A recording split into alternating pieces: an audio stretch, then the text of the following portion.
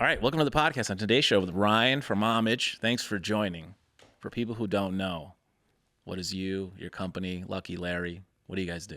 Well, hold on. I blew you away. Yeah, because you were like really laid back, chill, and then we got into and then you like swooped into this like podcast. Holy shit, podcast mode. Okay, what is HOMAGE? What does the company do? It's paying tribute to things that matter to you. And why sports? Was that always something that resonated with you personally?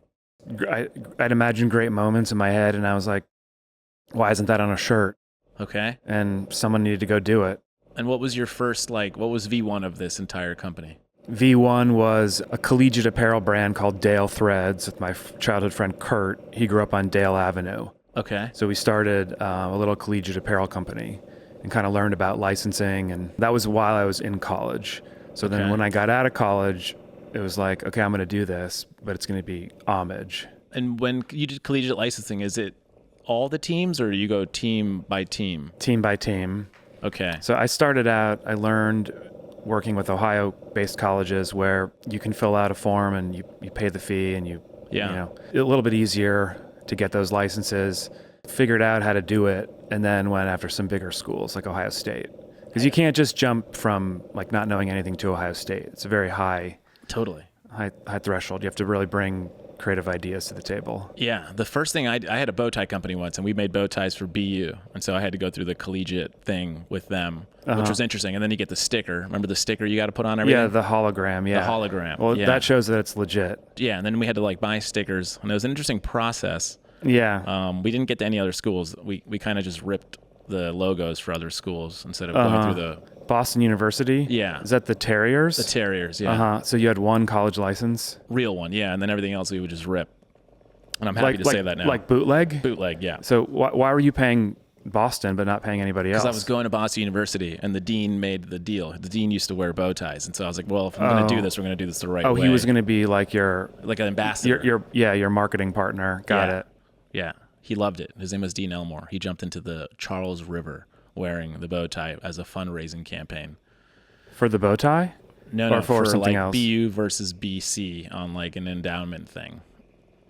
It's like the losing dean had to jump in. Was he wearing the bow tie when he jumped in? He was. How many did you sell? A bunch. We would sell out pretty often. It was cool. So you had drops? Kind of, yeah. Hype drops. All right, so at what point do you know you're onto something? You started in college. Well, I was selling vintage in college. Here's where I kind of figured out eBay. I was working at a pawn shop. Really? Lev's Pawn Shop in Wow. Columbus, Ohio. And I would take merchandise and I would sell it on eBay. And so I think I just kind of learned how to sell stuff on eBay. What year was this? This was I graduated in 01, so this would have been maybe 01. Wow, okay. A long time ago. Yeah. So I think while on eBay, I can't confirm this because I don't remember exactly, but I would assume this is how it happened. While on eBay, I probably happened upon some vintage for sale. Mm-hmm. And I was like, wait, this is stuff at the thrift store, that I think, vintage tees. I was like, I can go find this. So some friends were like, who's going to buy that? And so I did a little test case, a little pilot program, if you will. Okay. And where I bought a few things and they all sold for anywhere from $10 to $20. So then I knew. So in hindsight, I was curating some vintage and I was selling it. Yeah. And I was shipping it out and I was taking payments and it was customer service. And so I kind of learned how to do that on eBay. Yeah. But first learned eBay at the pawn shop. Okay. So thank you, Lev's Pawn Shop, because you sparked this whole thing for me. That's really amazing. And so that's your first introduction to there's a marketplace and it's real. People are buying and selling goods. Yeah. Okay. And then when you're hunting vintage, you're kind of only as good as your next find. Once you sell it, what do you have? Yeah. So I was like, I think this is a grind, just driving around looking for vintage. So then I was like, I'm going to try to capture this vibe, but with a new company. Okay. And that led you to HOMAGE? Mm-hmm. And what was your first step there? I filed an LLC. Okay. LLC, not a lot. What did you think I say? File a lawsuit? No. File an LLC. So that the date that we filed the LLC is we celebrate as our birthday every year. What's your birthday? I forget. but it's on the LLC Memorable. paperwork. Nice. Memorable. Yeah. Okay. Well, it's like a birthday, but not really. So, Sure. So we said it's usually April is like HOMAGE founding month. And what was your first line of clothing you dropped with? It was some Ohio College stuff. And it was like, what were you using as a back end at that time? Was it still on eBay or something else? No. We were buying blanks from American Apparel Okay. and screen printing them. Okay. And I was relabeling them. So somebody was paid to crack open the seam on the shirt, Yeah. like remove the American Apparel label and then put mine in. Yeah. And then once I got to the point where I needed, like I could order enough in bulk, they would do that at the time of production. Because I was paying like $1 per shirt to relabel it. Sure. I love the scrappiness of this. I needed like my own brand, like our own tag. Totally. Like then it's like a thing. And at what point do you know you're onto something with this company? I was selling to a local clothing boutique, and they would open on Saturday before game day, and like people would come in and be like, do you guys just have that shirt that says Ohio? And so like I was in the store dropping off like that week's shipment, and like I saw people coming in like really wanting one of the shirts that we had done. Yeah. And so I was like, okay, like this is getting serious. So Okay. it was seeing people come in, but it wasn't just like one or two, it was like 10. Totally. Yeah. And Yeah. like 10 in a row on Saturday. And I was like, whoa. And then at what point do you start thinking to yourself, like you could really scale this thing to be much bigger? Like Well, it across was the country basically at that point. It wasn't cross country by that point. The next biggest step out was like, okay, I'm dependent upon this one store as my point of distribution. Let me think about how I could create my own space. Cause like I wanted to tell a slightly different story than the story they were telling. Okay. Also, I wasn't getting paid. So You weren't paying yourself, you mean? no, like they weren't paying for the merchandise. Okay. So I had totally forgotten about that until this podcast is taking me down memory lane. Yeah. So thank you. That's the idea. Yeah. And so you were just giving away free stuff. I wasn't giving it away. Yeah. But you just weren't making any money. Well, they were like behind on their payables. They wanted to pay me. I just didn't think they had the cash flow. Okay. So I had that negative experience. Plus I was like, well, I can do better. I can like tell my own story. But in some way, I guess you're seeing like, okay, people are buying things that say Ohio on them. It's bringing them back to something that they Definitely recall as like a nice memory. That's the homage of it. That Ohio shirt was like just red Ohio on like this perfect tri-blend gray. It was just like perfect, just so simple, captured everything. You know, kind of like symbolized Ohio State, but also maybe you were from Ohio, just kind of like Buckeye red. So it's just like the perfect shirt. Yeah. And so you're seeing that people really want to be. I'm seeing people were responding to the shirt like just crazy. And then of course at that point you go, okay, how do we scale this thing? Or at least how do we recreate that same feeling across a multitude of things? Yeah, just like what are more designs that are going to sort of evoke this kind of reaction? And then you could have chose a lot of things, right? So in my head, I go, okay, so if you're seeing that reaction, it's from Ohio, 4 letters, a state. You could go like Ninja Turtles. You could go Whitney Houston. You could go Barbie. You could definitely, go, but you're bringing like the clarity of like 12 years later. Yeah. Like to back then, you know, it was like focused on Ohio pride. Like, you know, you get positive signals when you do Ohio, and so you can kind of keep leaning into what's working. But then I was like, okay, but if we want to be more than Ohio, like we should start to introduce other stuff, because there's a lot of hometown apparel concepts that nail the feel and the vibe of that place, because that's where they're from. They know the things that will resonate emotionally. And I was like, you know, like we can do this in Ohio, but it's going to take more to try to do it on a broader scale. Yeah. And what was the first step there? Like, did you have to inquire, like, how much is licensing these things with like the MLB or the NFL? Well, you know, can't share that. Yeah, but it's a process also. Yeah. Well, it's a process of showcasing what newness you bring to them. Like licensing is very competitive. Apparel is a very competitive category. And so you have to kind of like pitch like some white space, because if they already have a partner, it's redundant and sure, they don't need you. But so back to your, like a series of connecting larger licensing opportunities, right? Like you start with smaller Ohio colleges, and then you can go to Ohio State. And then I think one of the big ones that we were able to get was NBA. They were an early believer in HOMAGE. Okay. The Cavs were hot, and we're in Ohio. And so I think the light bulb went off, like we should enable a licensee to come in and like do this kind of cool, like hot market city pride stuff. So that was our window. Of LeBron?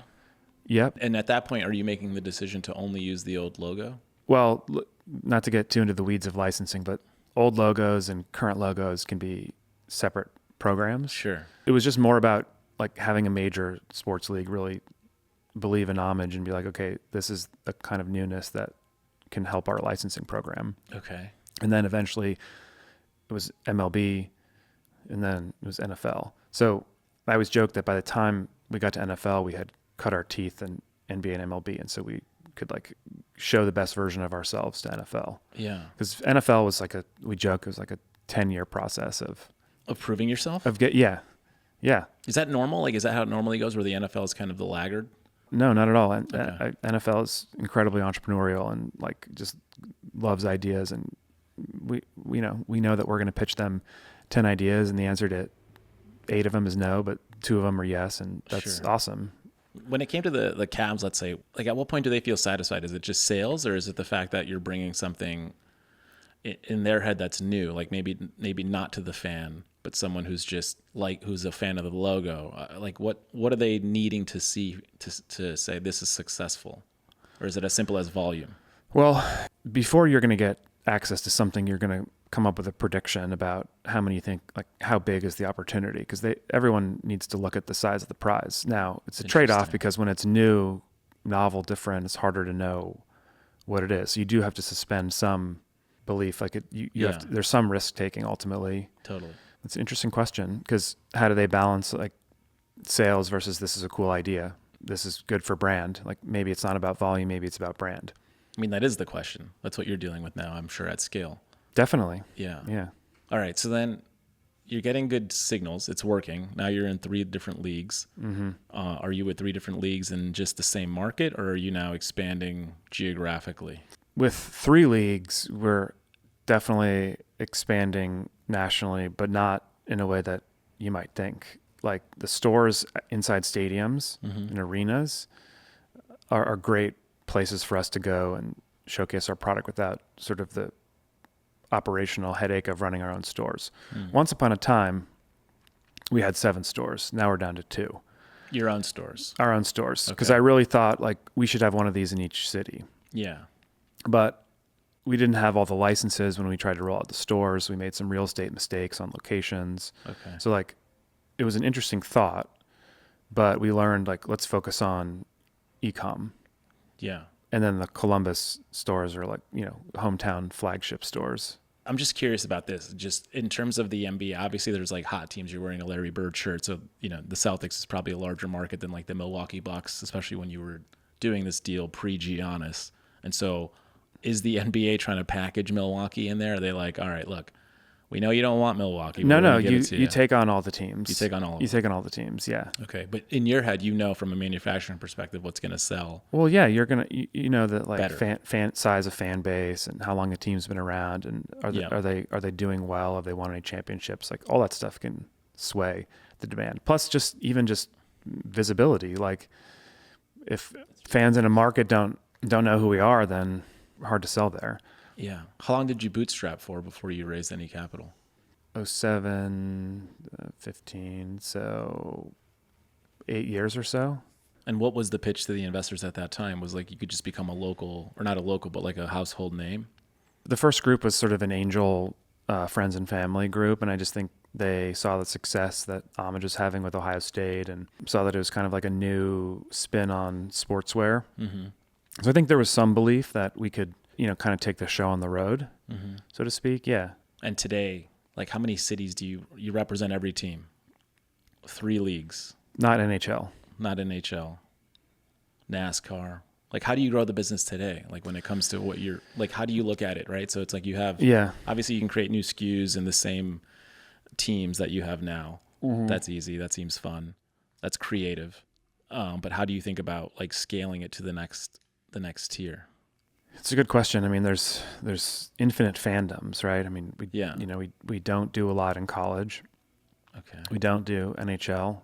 There's, we're just onboarding a lot of Disney properties. So there's, passion for fandom everywhere. Yeah. And so you can expand that way. You can expand categories. You could, like, we're kind of a mostly tees and fleece, but we don't do a lot with headwear. So you could grow headwear. Okay. So you could grow categories. You could grow IP. Yeah. We also have a segment of our assortment that's just blank, everyday homage. So you could lean into that. So I think the exercise, there's a lot of things we could say yes to. I think the exercise is really getting clear on what are the things that are going to truly unlock the next stage for us. Yeah. So if I'm you, like in my head, I'm thinking about this. It's like, okay, I can go into Star Wars. Let's say you're already at Disney. You can go into Star Wars. That's obviously got a fan base beyond belief. Same thing with like Lord of the Rings, Harry Potter, all these things. You can go that route if you want, up to you, your choice. Yeah. Or you can just go a totally different direction, like hatwear, right? And so it's like when you do this analysis, it's like, what is homage? What do you want to be? Because if it's just, it's interesting. Like if it's just fandom, there's, like you said, a million options. But at some point you have a consumer already. And so you can't deviate too much from your existing consumer. Yeah, totally. And early on, we introduced new product lines that made no sense for the existing consumer. Like what? Like we did a performance line called Homage Hustle. Okay. We had barely even proven like fandom. We hadn't really figured out how to scale fandom. So to launch a performance brand is probably like maybe right idea, wrong time. Yeah. Or then before we were selling regular homage, everyday homage, we thought, we need like a separate, more premium homage. That was called Homage Classics. Mm-hmm. That was like heavier fabrics. Mm-hmm. So it's like the brand that hasn't proven itself and it's already introducing hustle and classics. Like good idea is just wrong timing. Do you ever think about any collaborations with like musicians, celebrities, sports people? Oh yeah, all the time. And what's your like dream collab that you like in your head? What's the perfect version of it? Like, what is it? What is the square peg? Collab or license? I mean, like the inner like 12-year-old in me like would love a Nintendo license because then I could just go to town with vintage Super Mario, Zelda. Is that tough to get? Yeah. We've been at it for a while. Okay. But nothing's impossible because we know it took 10 years to get the NFL to see the light. So no, Nintendo I'm just kidding. Would be that's cool. Yeah, that would be, yeah. But, it has to make sense for their existing licensing program. Like they might not have a need or somebody else, another partner of theirs is already doing what we want to do. So, we have to find a lane. And for now, it's sports in a heavy way. Mm-hmm. Well, we're going to partner up, right? We're going to do our little vintage Wednesday. At Pawn Shop? At Pawn Shop. We can definitely partner. See, and this is the thing. It's like we have a mantra now. It's like, how do you know what are the great ideas? Mm-hmm. And then you arrive and like, I want to partner with you because you told me about Pawn Shop. It's awesome. Like I'm like, oh, homage. It's like we share a similar DNA. Yeah. Passion for storytelling, authenticity. So it's like the main engine of the company is already working 6 months out on all the other IP that we just talked about. So yeah. So that's why I'm trying to solve this other thing where I can create a separate division that kind of works on these really cool projects. And like, that's what they're charged with. How big do you want to take the company? Like, do you want to go public? Do you want to sell it? Oh man, the hard hitting questions. Yeah. Like, what do you think about like obviously you've been at this a long time personally. Yeah. And so in some way you might be, there's always this thing, the 7-year itch, the fatigue, the thing. Yeah. The constantly reinventing yourself to appease a board or your investors. And then there's the reality of like, well, what does the exit look like? Yeah. Like any entrepreneur will kind of confront this. I have myself, I have my team. A lot of people have been with Homage for a long time, have the future of the brand, we have our customers, we have our investors, like you try to make decisions that are the best for everybody. Like how can you line up the most win-win? And that's also been my approach to partnership too, like when we're pitching leagues. So my kind of guiding philosophy is try to create win-win outcomes. And so hopefully I'll, have an opportunity to do that with the company too. Yeah. Because like I think people look at me like, wow, it's been 18 years. Like where's it going to go from here? Yeah. And I think it can be a really big brand one day, I think so. But I mean, this idea of paying homage is simple and profound at the same time. It's the best. It's the best. Like, so you've got so you have a Patriots crew neck on. Logo. So tell me about the Pats for you.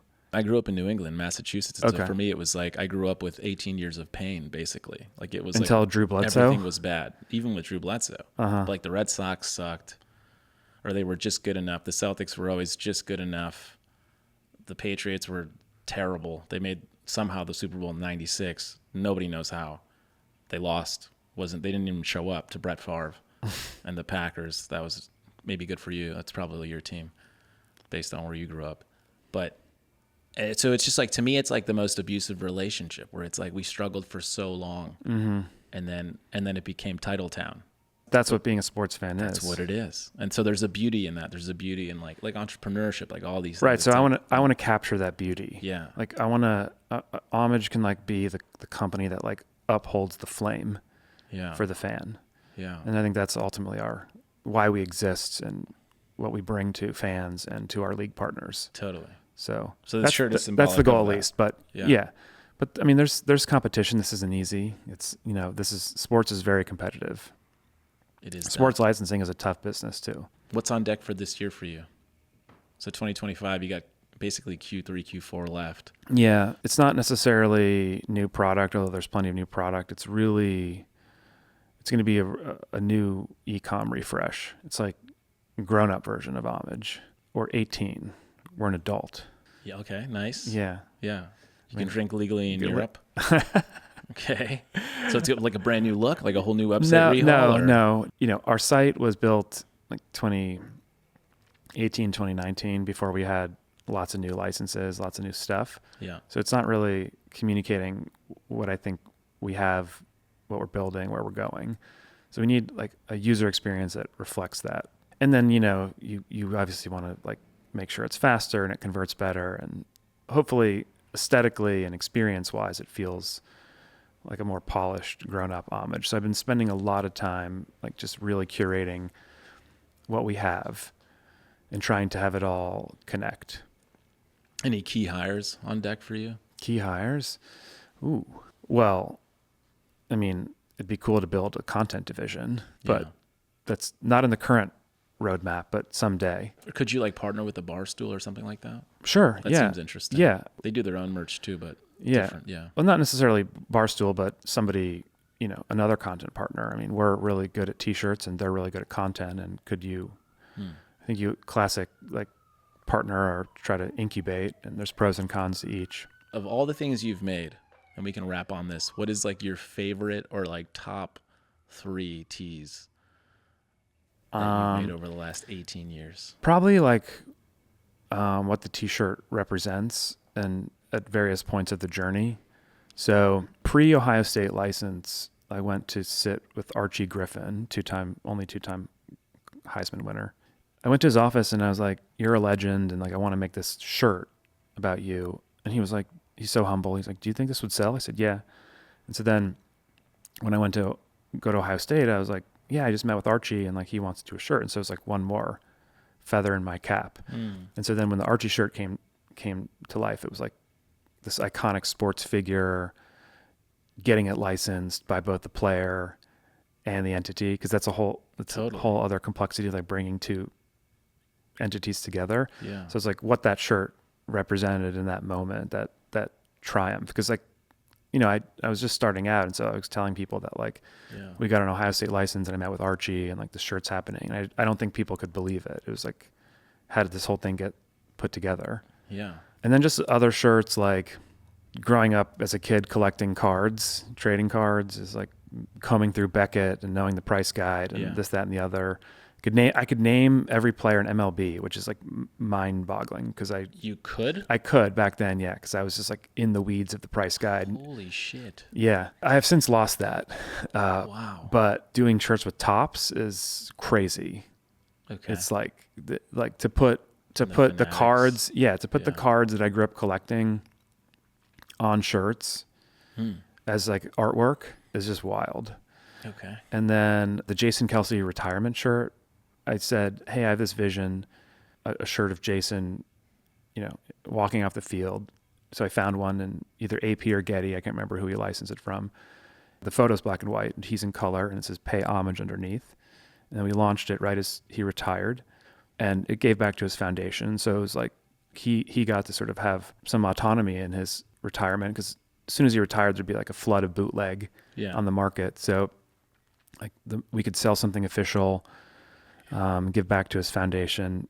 It was amazing. And then they recorded an episode of New Heights. So Travis is wearing the Jason Kelce Pay Homage tee, and they're like in a photo together. And then Jason is wearing an Eagles starter jacket that we collaborated with Starter. And so like I have this photo of the two of them. I was like, whoa. That's sick. Yeah. But also like just other crazy whoa moments. Like how'd that happen? So my whoa moment is basically like the Celtics play the Lakers here. Yeah. They win the chip. Uh-huh. What year is this? This is some point in the future. Could be next year, could be the year after. Oh, okay. This is your vision. And they go, where do we go party? Oh, right. And the obvious choice is the pawn shop. Shop, yes. And then there I am with Tatum and crew, photo, and I die. Like, that's it. That's it? That's where it ends. You've arrived? That's the moment. You can go out like that? I had to learn real estate development and sport and finance and language and acquire these skills for that one moment. I do think pawn shop is like everything that you are good at all coming together in one thing. Thank you. It's a lot of people, but thank you. Yeah. It's all of your passions and interests colliding in one space. I love that you view it that way. And I love that, like, when you go through the sort of like the moment with Kelce and these guys wearing your stuff, like there's something really beautiful about that. It's really honest. Yeah. You know, and it feels a certain way. Like, I know that feeling. It's amazing. Incredible. I mean, it wasn't like about endorsement deals or paying checks. Like, they wore it because I think it meant something. It meant something. Yeah. Yeah. So to be in those moments with people, athletes, brands, movies, like it all means something. That's and right. so we want to pay homage to it. I love it. Yeah. Thanks for coming on the pod, brother. Thanks for having me. Thank you for tuning in. If you enjoyed this episode, share with your friends, your family, or anyone you might think might benefit from the conversation we've had today. And if you haven't already, please take a moment to leave a review on your favorite podcast platform. We'd greatly appreciate it. Your feedback helps us improve and reach more people who can benefit from our discussions. The best way to stay connected with us and get the latest updates on future episodes is through our social media channels. You can find us at Startup Storefront. We'll be back next Tuesday with another great episode. See you then.